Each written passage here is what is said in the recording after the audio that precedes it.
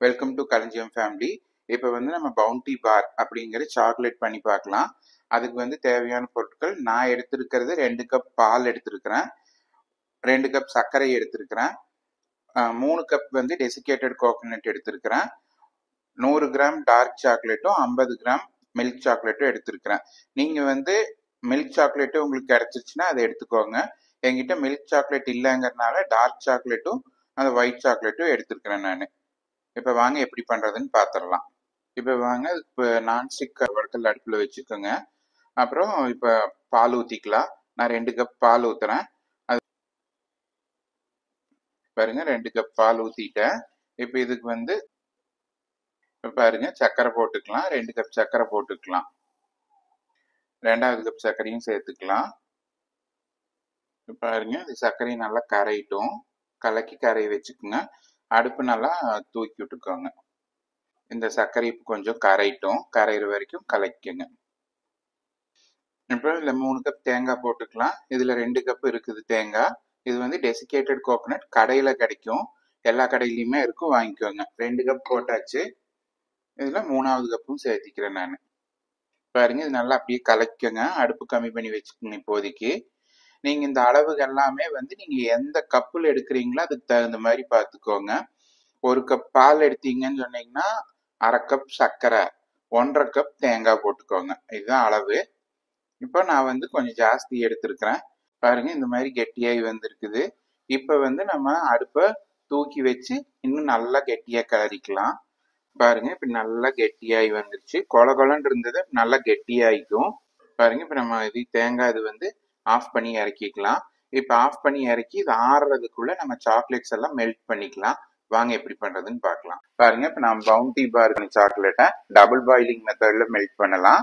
அதுக்கு இப்போ ஒரு பாத்திரத்துல தண்ணி கொதிக்க வச்சிருக்கிறேன். அதுக்கு மேல இப்படி ஒரு பாத்திரத்தை வச்சுக்கோங்க.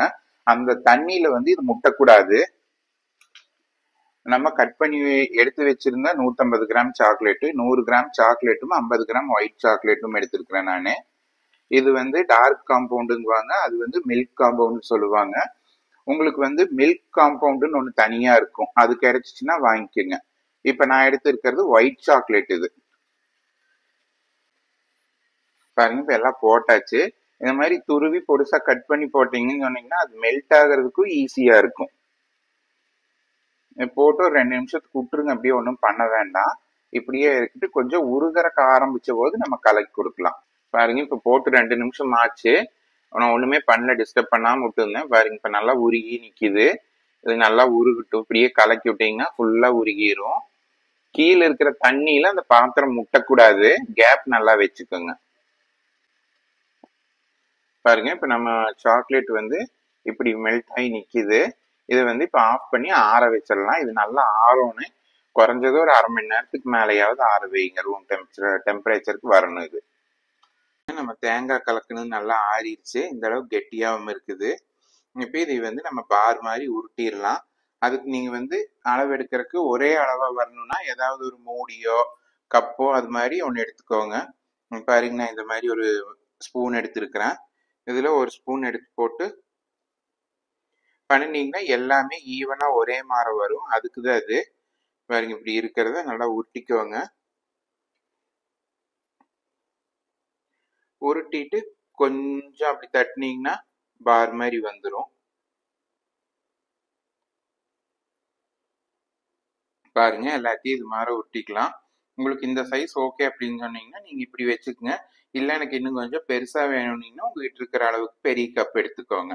இப்ப வாங்க, எல்லாத்தையும் இது மாதிரி செஞ்சிடலாம். பாருங்க, கொஞ்சம் கையில ஒட்டும். இது உருண்டை பிடிக்கிற போது, இந்த மாதிரி பால் தட்டுற போது, அப்போ கையில கொஞ்சம் எண்ணெயோ நெய்யோ தடவிக்குங்க. வெண்ணெய் வேணாலும் தடவிக்கலாம்.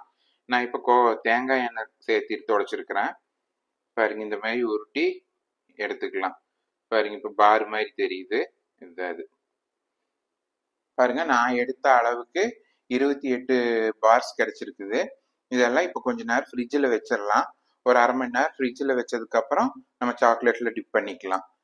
இப்போ பாருங்க, நம்ம பவுண்டி பார்க்கு சாக்லேட் நல்லா மெல்ட் ஆகிருக்குது. இது வந்து அடுப்புல வச்சு நீங்க டபுள் பாயிலிங் மெத்தட்ல மெல்ட் பண்ண கெட்டியா தான் இருக்கும். அதை கொஞ்சம் இறக்கி வச்சு ஆற லூஸ் ஆகும். பாருங்க, இது ஒரு டம்ளர்ல ஊத்தி வச்சுக்கிறேன் நானு.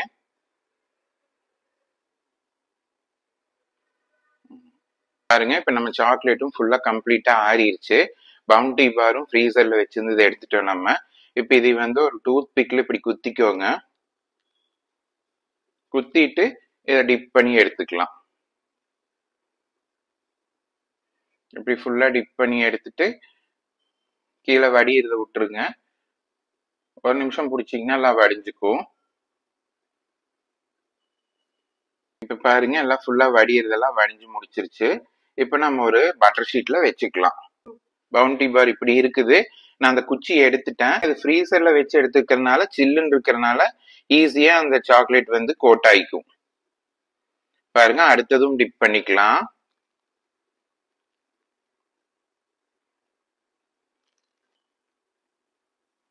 பாருங்க இப்படி எல்லாத்தையும் டிப் பண்ணி எடுத்துக்கோங்க. டிப் பண்ணி ஒரு நிமிஷம் பிடிச்சிங்கன்னா அந்த எக்ஸ்ட்ரா இருக்கிற சாக்லேட் வடிஞ்சு போயிரும் கீழே. நம்ம அதை மட்டும் எடுத்து பார் மட்டும் எடுத்து நம்ம அந்த பட்டர் ஷீட்ல வச்சுக்கலாம். பாருங்க இது போதும். இதை எடுத்துக்கலாம். எடுத்துட்டு இப்ப பாருங்க நம்ம பட்டர் ஷீட்ல வச்சு அந்த போர்க்குள்ள இப்படி பிடிச்சி எடுத்தீங்கன்னா வெளியில வந்துடும் இந்த பாரு. அப்புறம் அப்படியே வந்து இந்த போர்க்குள்ள இப்படி பண்ணி விட்டுருங்க. கொஞ்சம் கொஞ்சம் இப்படி சாக்லேட் தொட்டு மேல இப்படி வச்சு விட்டீங்கன்னா அந்த கடையில இருக்கிறது அந்த மாதிரி டிசைன்ல வரும் உங்களுக்கு. அந்த ஸ்டைல்ல பண்ணி விட்டீங்கன்னா பாருங்க. இப்ப இன்னொன்னும் பண்ணி காட்டுறோம் உங்களுக்கு.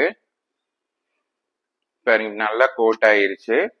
நீங்க பாத்திரத்துல ஊத்தி வைக்கிறத விட இந்த மாதிரி டம்ளர்ல ஊத்தி எடுத்து வச்சிட்டீங்கன்னா ஈஸியா இருக்கும். டிப் ஆகிறதுக்கு ஃபுல்லா நனைஞ்சு வந்துடும், கோட் ஆயிக்கும். இப்ப அந்த கீழே வடிகிறது மட்டும் இப்படி தள்ளி விட்டுக்கோங்க. எக்ஸ்ட்ரா தள்ளியாச்சு. இப்ப நம்ம அப்படியே எடுத்து போர்க்குள்ள புடிச்சு இழுத்தீங்கன்னா வந்துடும். அவ்வளவுதான். நம்ம சாக்லேட் எதுவும் ஆகாது, அப்படியே இருந்துக்கும். பாருங்க நம்ம பவுண்டி பார் ரெடி ஆயிடுச்சு. இது மாதிரி எல்லாத்தையும் பண்ணிக்கோங்க. இப்ப பாருங்க நம்ம பவுண்டி பார்ஸ் எல்லாம் ரெடி ஆயிடுச்சு. நீங்களும் இந்த மாதிரி பண்ணிக்கோங்க. பண்ணிட்டு எப்படி இருக்குதுன்னு சொல்லுங்க. பாருங்க நம்ம கடையில வாங்குற மாதிரியே அப்படியே இருக்குது. இந்த எக்ஸ்ட்ராஸ் எல்லாம் நீங்க வேணா எடுத்து விட்டுருங்க. நான் அப்படியே இருக்கட்டும்னு விட்டுருக்கிறேன். இதோ நம்ம பவுண்டி பார்ஸ் எல்லாம் ரெடி ஆயிடுச்சு. இது என்னோட ஸ்டைல்ல நான் பண்ணியிருக்கிறேன். நீங்களும் பண்ணி பாருங்க. எப்படி இருக்குதுன்னு கமெண்ட் பண்ணுங்க. உங்களுக்கு பிடிச்சிருந்துச்சுன்னா ஃப்ரெண்ட்ஸ் கூட ஷேர் பண்ணிக்கோங்க. முதல் டைம் பார்க்குறவங்க சப்ஸ்கிரைப் பண்ணிக்கோங்க. மறக்காம பெல் பட்டன் அமுத்திக்கோங்க. அப்பதான் நான் போடுற வீடியோஸ் எல்லாம் உடனுக்குடனே உங்களுக்கு கிடைக்கும். தேங்க்யூ.